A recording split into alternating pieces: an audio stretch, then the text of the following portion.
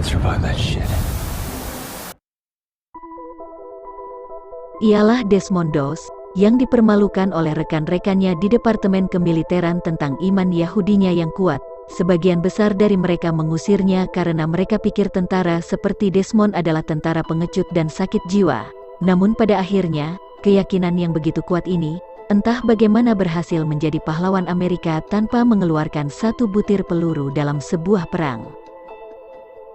Sebagai warga negara di tengah keadaan perang, Desmond Doss dipanggil untuk mengabdi pada negaranya pada April tahun 1942 untuk menjadi tentara.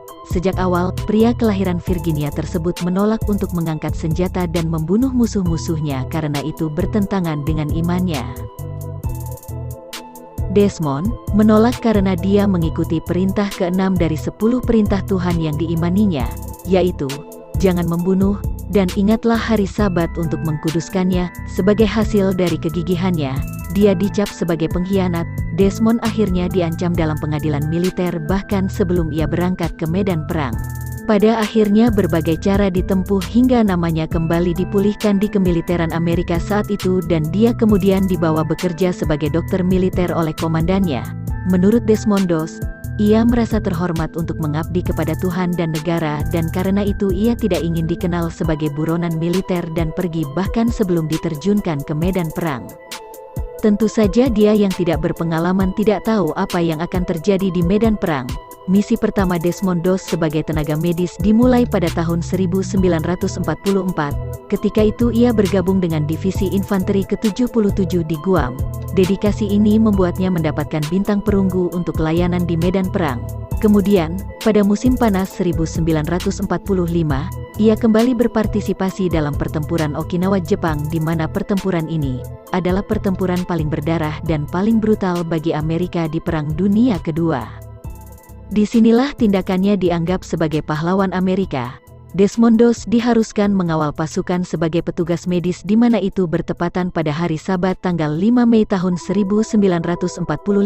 Hari Sabat sendiri adalah hari yang dimana agama Desmond anut tidak memperbolehkannya melakukan pekerjaan.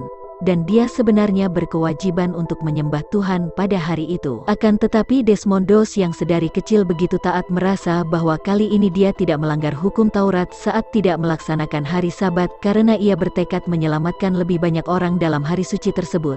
Saat itu, tentara Amerika harus berhasil menaklukkan Jepang di punggung bukit yang disebut Bukit Hakuso atau Maeda Goji, tempat operasi topan baja dan jutaan desingan peluru dimuntahkan untuk memasuki gerbang terakhir dari negara Jepang.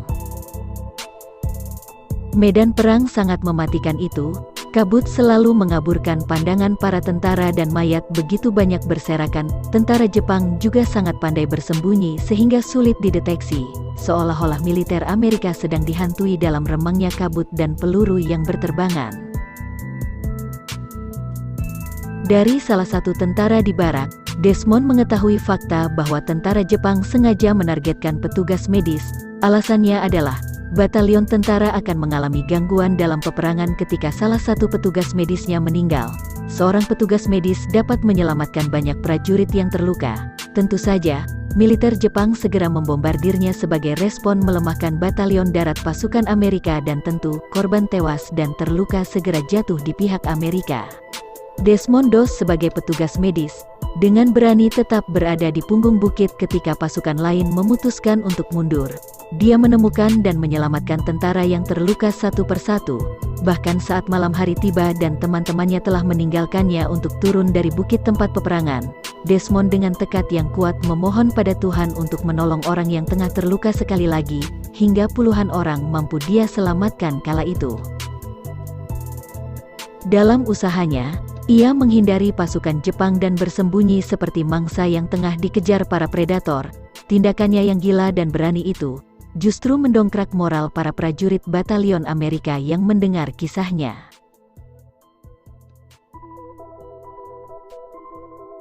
Dalam pertempuran Okinawa, sebenarnya Angkatan Darat Amerika sudah merasa pesimis karena begitu banyak korban yang berjatuhan.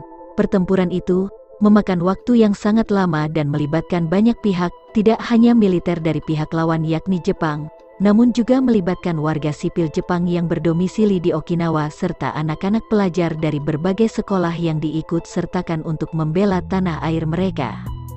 Di lain sisi, saat aksi penyelamatan fenomenal tersebut, Desmond Doss mengaku mencari 100 orang dengan upaya terus-menerus. Desmond kemudian mengoreksi jumlah itu menjadi 50 tentara yang mampu ia selamatkan, dan berapapun jumlahnya, aksi Desmond tetap hebat dan patut diapresiasi karena sedari awal misi seorang Desmond Doss adalah tidak membunuh dalam peperangan, bahkan dia tidak akan pernah mengangkat senjata walaupun ia harus siap kapan saja mati ditembak oleh lawannya. 2 minggu kemudian, tepatnya pada tanggal 21 Mei tahun 1945, Desmond dan rekan-rekannya kembali mencoba untuk menduduki perbukitan Okinawa. Kali ini kakinya terluka dalam ledakan granat saat serangan malam. Dia terluka akibat tetap di area terbuka untuk membantu tentara lain yang tengah terluka.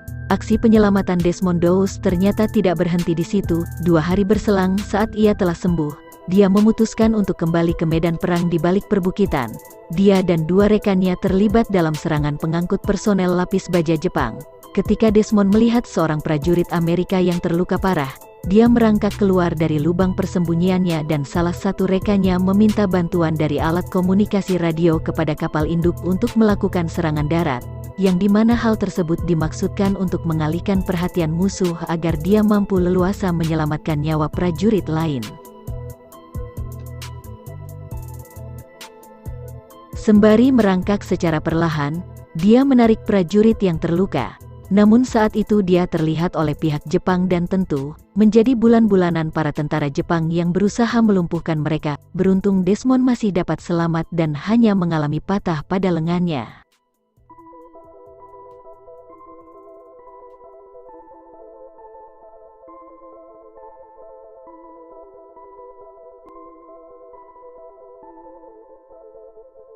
Sejumlah tentara Amerika yang telah diselamatkan oleh Desmond begitu memujinya, bahkan dia disimbolkan sebagai anak yang disayang oleh Tuhan.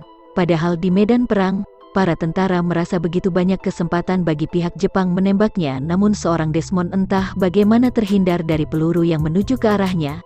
Banyak di antara tentara yang diselamatkan pun berujar bahwa mungkin Tuhan hadir untuk menangkis tembakan yang menuju ke arah Desmond dan dia adalah contoh nyata dari mukjizat Tuhan. Untuk jasanya dalam perang Okinawa, ia pun dianugerahi Medal of Honor oleh Presiden Harry Truman pada tanggal 12 Oktober tahun 1945. Atas segala keberanian serta keyakinannya, ia telah menjadi simbol kebanggaan bagi Divisi Infanteri ke-77 yang luar biasa melampaui tuntutan tugas kemanusiaannya di medan perang. Begitulah kisah nyata seorang veteran perang Amerika, yang juga telah diangkat menjadi sebuah film yang berjudul Hacksaw Ridge. Jika kalian suka dengan konten sejarah dan informasi unik lainnya, jangan lupa bergabung bersama kami